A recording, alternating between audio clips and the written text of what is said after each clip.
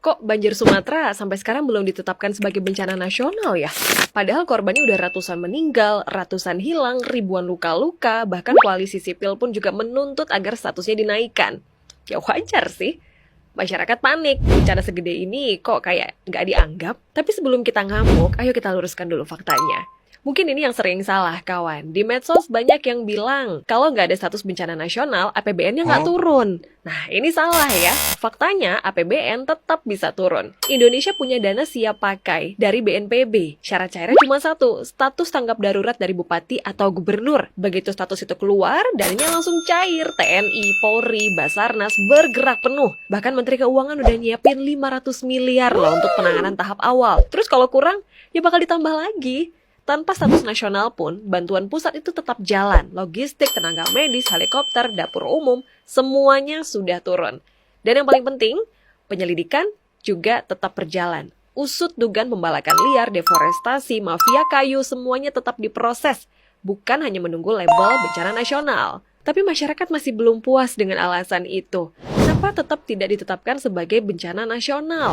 Nah, di Undang-Undang Kita Kawan nomor 24 tahun 2007, status nasional itu hanya muncul kalau pemerintah daerah lumpuh total. Contohnya, kita flashback sedikit ya. Di tsunami Aceh tahun 2004, pemerintah daerah hilang, kantor rusak, pejabatnya wafat, administrasi juga berhenti, sehingga tidak ada yang mengatur kebijakan di sana. Akhirnya penanganannya diambil oleh pusat dan ditetapkanlah itu menjadi bencana nasional. Sekarang kita bandingkan ya dengan gempa dan tsunami Palu tahun 2018. Korbannya banyak, kerusakannya masif, tapi Pemdanya masih bisa bekerja dan tidak ada naik status. Dan apakah di Palu kemarin tidak ada bantuan dari pusat? Tentunya ada.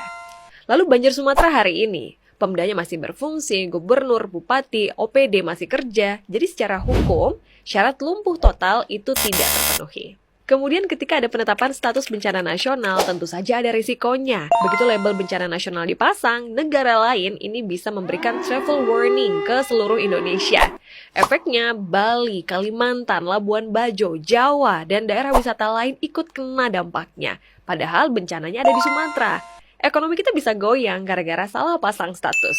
Jadi pemerintah jalanin pola status daerah, tapi penanganannya tetap rasa nasional. Nah, kalau kita mau mencegah ini terulang, kita harus tuntut akar masalahnya. Usut pembalakan liar, usut juga izin-izin janggal, usut deforestasi yang dibiarkan, usut mafia kayu, dan pastikan pemulihan lingkungannya beneran dijalankan. Hujan itu cuma pemicu, yang bikin bencana separah ini, ya mereka yang merobek-robek hutan.